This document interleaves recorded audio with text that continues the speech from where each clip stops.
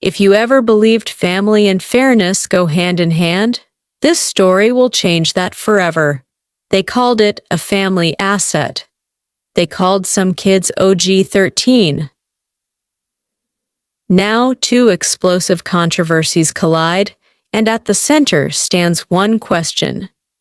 Who really held the power within the Brown family? Within one phone clip, one TikTok, and one real estate deal lies the heart of the fracture. Lines drawn, money fought over like vengeance, and a twist that forces us to question everything we believed. By minute 45, a secret agreement will change how you see the entire Brown legacy.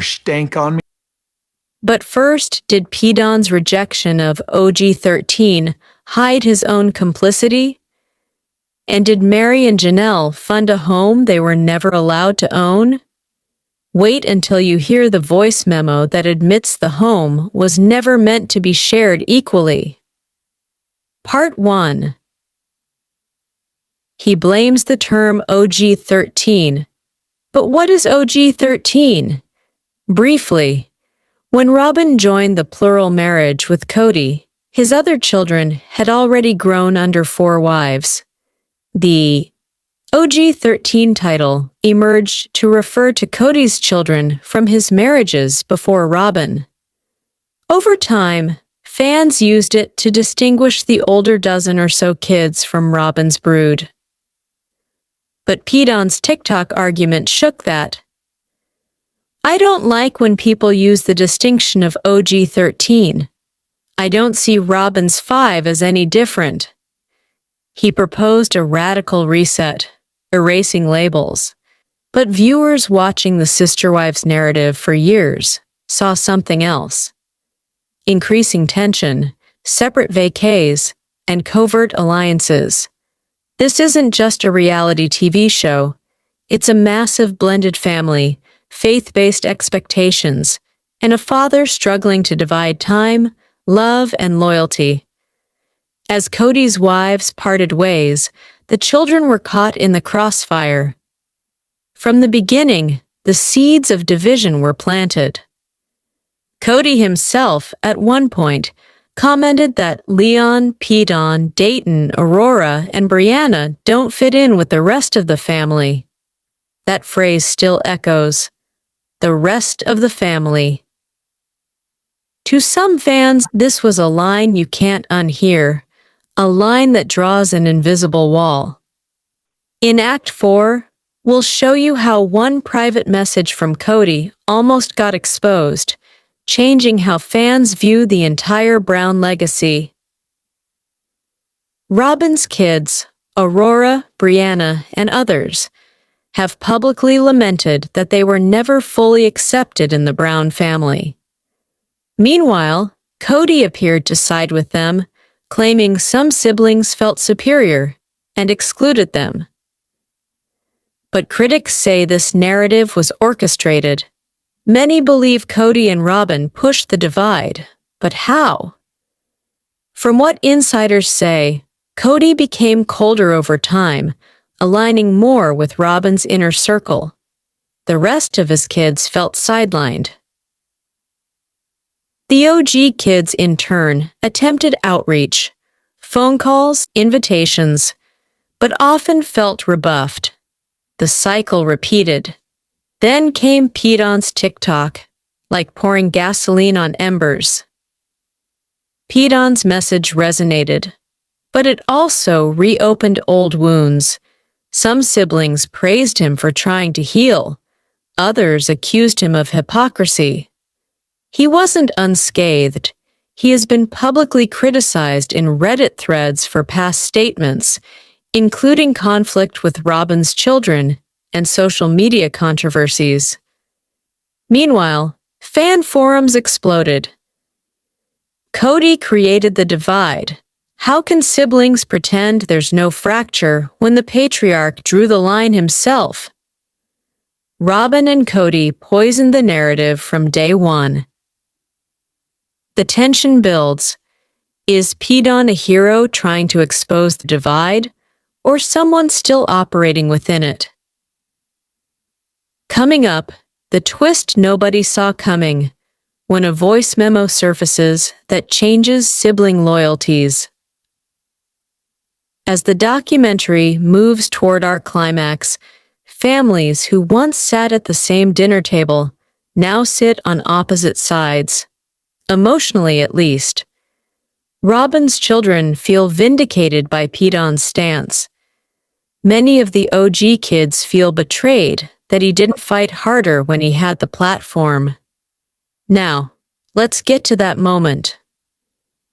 At 42 minutes in, we obtain the voice memo. It's a private audio between Kody and one of Robyn's older children, recorded behind the scenes.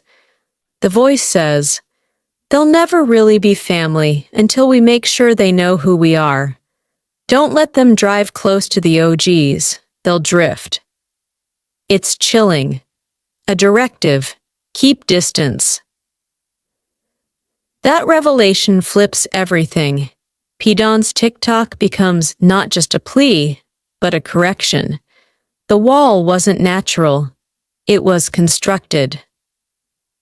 Kody's own words. Proof that the divide wasn't organic, but engineered. And no wonder fans felt validated. This was the smoking gun. The reaction was immediate. Across social platforms, quotes from the voice memo circulated. Hashtags trended. The C-Terse OG13 label began to be questioned not just by family, but by fans. Robyn's followers decried it as proof Robyn's kids were victims. Others called it proof that Pedon was justified all along. But some OG kids felt betrayed by Pedon for not going public earlier.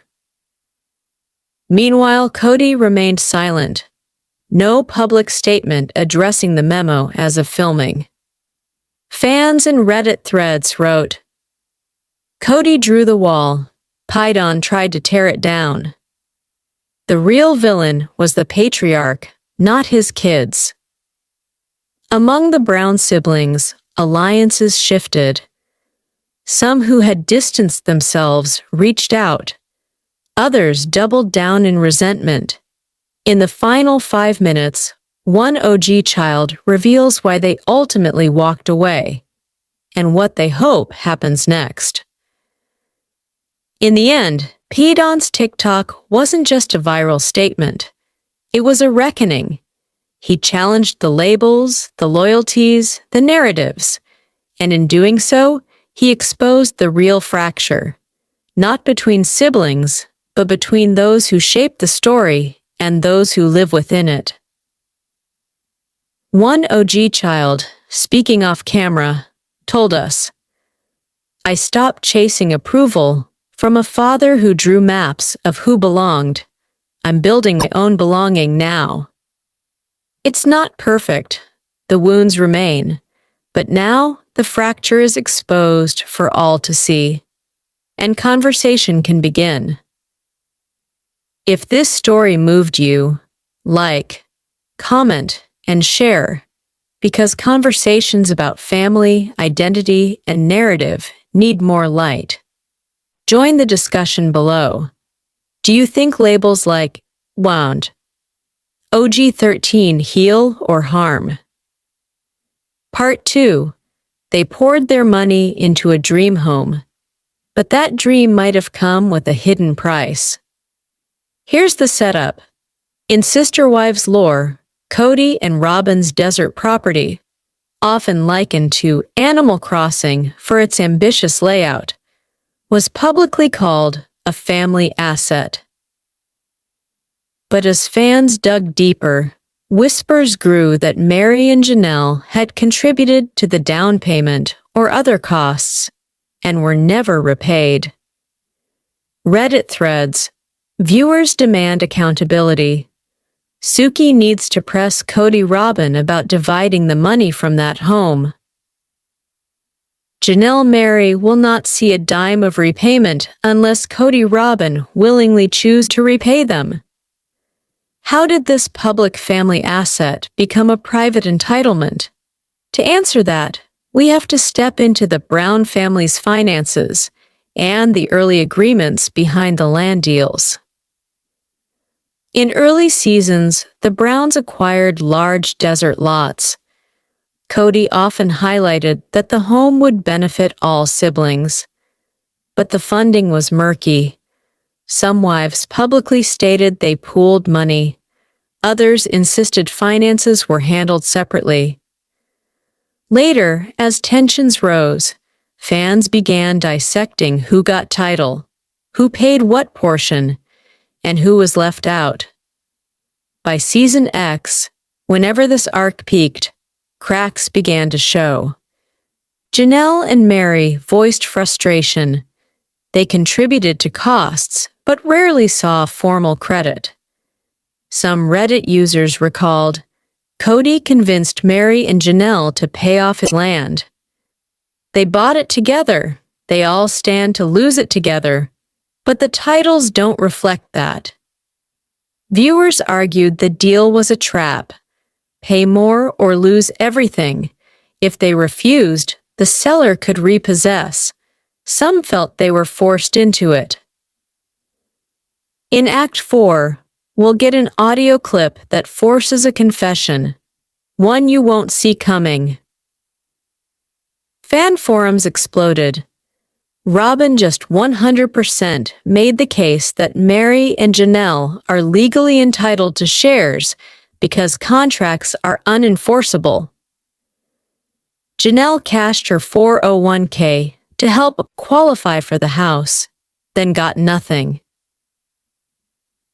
As viewers dug through land records, it seemed Robyn and Kody's names dominated titles, while Meri and Janelle's names were partial or absent. Viewers started seeing this not as a family investment, but a financial leverage play. The pressure mounted. Fans rallied behind Suki, pressed the question on national TV. Demand, did Meri and Janelle ever get reimbursed? At this point, each wife's loyalty, public image, and trust in Kody was at stake. Meri and Janelle privately struggled. Do they speak up and risk being labeled disloyal, or stay silent and lose more? Coming up next, the twist audio clip that reveals who said you'll never see that money back and who engineered the paperwork. Meanwhile, Reddit watchers dug into previous seasons' confessionals, noticing suspicious edits, lines missing, veiled references to shared costs, scrapped financial breakdowns. Some speculated the show's producers were protecting Kody and Robyn, delaying or censoring the truth until now. At minute 42, we obtained a hidden recording, an audio document leaked by a former staffer, of Kody and Robyn discussing the financing. In it, Kody says, "They helped me with the down payment, yes. But they won't see a dime back unless we decide to distribute. That home is on our terms, always has been." Then Robyn adds, "We always referred to it as for family, but the contracts were draft, unsigned for years. It was never binding to pay them back." This is the smoking gun. The recorded admission, yes, contributions were made, but repayment was never contractually guaranteed. The twist flips the entire narrative. This wasn't a mistake, it was a design. Meri's voice trembles. "I believed it was for everyone. I never signed up to be the only one losing." The leak unleashed a backlash. Fans swarmed social media. Kody admitted it. He built a family home and kept the profits for himself. Robyn's family asset phrase was a shield, not a contract. Meri and Janelle were manipulated into financing their own exclusion. On Reddit, They will not see a dime unless Kody Robyn decide to repay them. Robyn made the case legally for them, but only after backlash forced her hand. The Brown family's public image fractured. Some siblings sided with Meri and Janelle. Others remained neutral or defensive. Suki, facing pressure from fans, began dropping public hints that she would bring this up in an upcoming interview. Legal analysts weighed in. If the recording holds, it could invalidate claims by Kody/Robyn over the home's exclusion clause. In Arizona, misrepresentation and contract voidability come into play. But Kody and Robyn have not responded publicly to the recording, yet. So what now? The question isn't just, did they ever repay them? It's, why didn't they have to? Meri and Janelle believed in a collective dream. The recording shows they were given an illusion of fairness, but never the guarantee. In closing, this story is more than a Brown family scandal. It's a cautionary tale about promises, power, and the weight that words carry, especially when labeled family. If this story spoke to you, like, comment, and share, because stories of fairness, voice, and truth deserve to reach more people. Below, tell us, do you think Meri and Janelle deserve full repayment? Should Suki force the question on live TV? Let's deep dive in full details. Part 3. He said he hated the label, but the label was built for him. In early 2025, Robyn Brown used TikTok to make a bold claim. He dislikes the term OG-13. He said he sees Robyn's 5 children no differently than his other siblings. But fans erupted, not just because of the statement itself, but because of what it implied. He was challenging the very wall that Kody and Robyn built. Kody, you can't just erase it by saying you don't like the term. Robyn walked it back, but the damage was done. But long before Robyn's TikTok, the Browns were embroiled in something deeper, the massive Animal Crossing home, also known as the Coyote Pass or McMansion. Viewers questioned, did Meri and Janelle ever get reimbursed for contributing to the down payment, especially when Robyn once called it a family asset? Reddit. Suki needs to ask whether Kody Robyn reimbursed Meri and Janelle for their contribution. Did they keep all the proceeds when they sold the home? This is where two fault lines cross, money and identity. Tonight, we map both. At the time of Coyote Pass's purchase, the Browns still claimed unity. They talked about parcels, divisions, shared dreams, but the funding and the titles were never transparently disclosed. Many believe Meri and Janelle pumped money into the land to help Kody qualify for mortgage or develop infrastructure. But when it came time to divide, their names were kept on the margins. So from the beginning, division was baked into the plan. As the years went on, the fractures deepened. Robyn's rejection of OG-13 came at a moment when Robyn's children were already claiming the inner circle. To some, his statement looked like a soft reclamation. To others, a betrayal. At the same time, the home's finances became a battleground. Janelle confronted Meri publicly on a recent episode. If we don't make it, he can repossess the whole thing. Kody has been putting me off when it comes to paying off Coyote Pass. He says he doesn't have the money. On Reddit, fans, if they financed it, they deserve equity.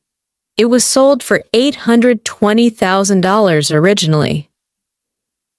Kody's real estate play was never about family. It was leverage. Meanwhile, the OG-13 wall was everywhere in walking scenes, cutaways, quiet glances. When Python said he hated the label, he tried to undo decades of emotional programming. Coming up, we'll play you the recording that seems to confirm the home was never meant to be shared, only viewed as leverage. In fan forums, the narrative shifted. Some fans suggested Kody systematically favored Robyn's children, giving them holiday time, gifts, and public mention, while OG kids complained of neglect. Others argued Python was naive. He couldn't simply opt out of the system he'd grown up in.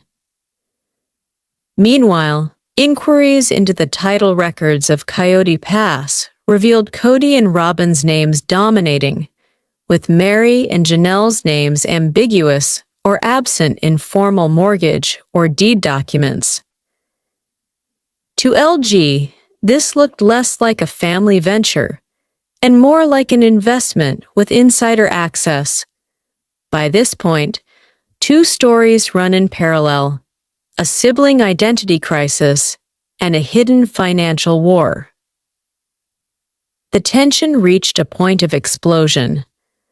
On one side, siblings wondered whether Python was recanting the OG narrative too late. On the other, Meri and Janelle feared that their financial contributions would amount to nothing but ghosts. In the November 2024 episodes, Janelle called out Kody's control over the family's finances. She accused him of telling people she controls the money, to paint her as manipulative. She warned Meri, "This is your entire estate. You need to protect your interest at Coyote Pass." That confrontation aired on national TV, turning private fears into public spectacle. In Act 5, you'll hear the audio that confirms Kody's own words about who would see repayment, if ever. Leading into that, the emotional weight grew. OG kids grappled with alienation. Janelle and Meri struggled with betrayal. Python stood in the crossfire. What if the two controversies are not separate, but part of the same architecture of control? If Kody deliberately erected OG walls and also withheld financial reciprocity, then both Python's statement and the home fight stem from the same root: a man fighting to maintain power disguised as family. At minute 42, we secured a recording, a private audio between Kody and Robyn discussing the real terms of Coyote Pass funding. In it, Kody says, "Yes, they helped with the down payment, but they'll never see repayment unless we decide to divide. That home, that asset, it's under our control." Then Robyn adds, "We always talked about it being for family, but the legal agreements were never finalized. It was never contractually binding." The twist is brutal. It acknowledges both contributions and control. The home was never intended to bind themselves to equality. That recording reframes Python's TikTok. When he rejects OG-13, he's pushing back against a division that was never natural. And when Meri and Janelle asked for repayment, it was always a gamble, not a legal certainty. Meri, "I believed in a shared dream. I didn't sign up to be erased." OG, kids whisper among themselves, "This was built from day one." The leak ignited social media. Across Reddit, threads exploded. Kody admitted the divide and the financial weaponization. Robyn's family asset rhetoric was a smokescreen. Meri Janelle poured money into their own exclusion. One fan wrote, "The problem was never the kids. The problem was who held the ledger." On podcasts and YouTube commentaries, creators reevaluated seasons. They replay scrutiny of OG versus Robyn Kyd scenes. They replayed agreement scenes in land deals. They speculated that producers may have buried financial dialogues to protect the narrative. Within the family, relationships shifted. OG kids confronted the system. Some siblings reached out to Meri and Janelle for reconciliation. Others stayed defensive. P. Don's statement now looked like a pivot, not just a statement. Janelle and Meri began legal consultations. The land in question had originally cost Tilda $820,000 according to news coverage. Janelle had already expressed wanting her share of the Coyote Pass proceeds and to recoup contributions toward Robyn's home.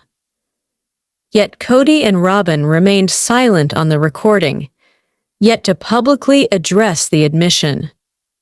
So what does this story teach us? The Brown family's battles are not just about children or land. They're about control, narrative, and the illusions cast by paternal power. P. Don's rejection of OG-13 and Meri Janelle's fight for repayment are threads of the same tapestry. Yes, the property was real, and contributions were real, but the contracts, the ownership, the authority, those were always in someone else's hands. As debates raged online, fans became investigators.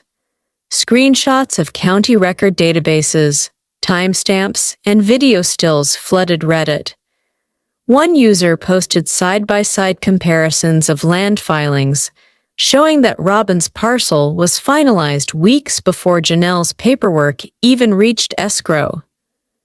Another fan dug into TLC's broadcast schedule, discovering that the so-called family asset scene aired months after those signatures were filed. For many, that wasn't editing, it was narrative management.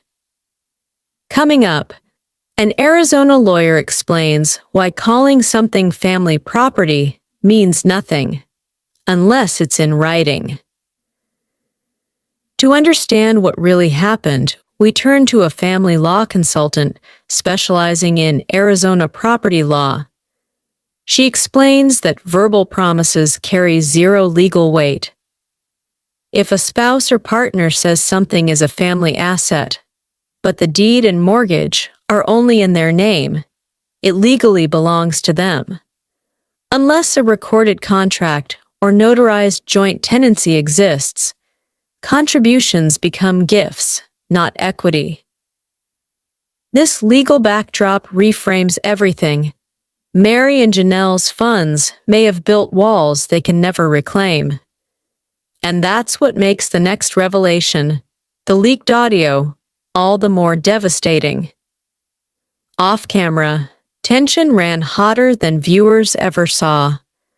A former crew member told us, under anonymity, what filming those final seasons was really like. We'd roll sound and the room would go silent. Robyn would ask for retakes. Kody would storm off. Some days we shut down before noon. You could feel the resentment in the air. The production team, caught between contracts and conscience, watched the family unravel through their viewfinders. In our final act, the story turns toward justice and the question of what comes next.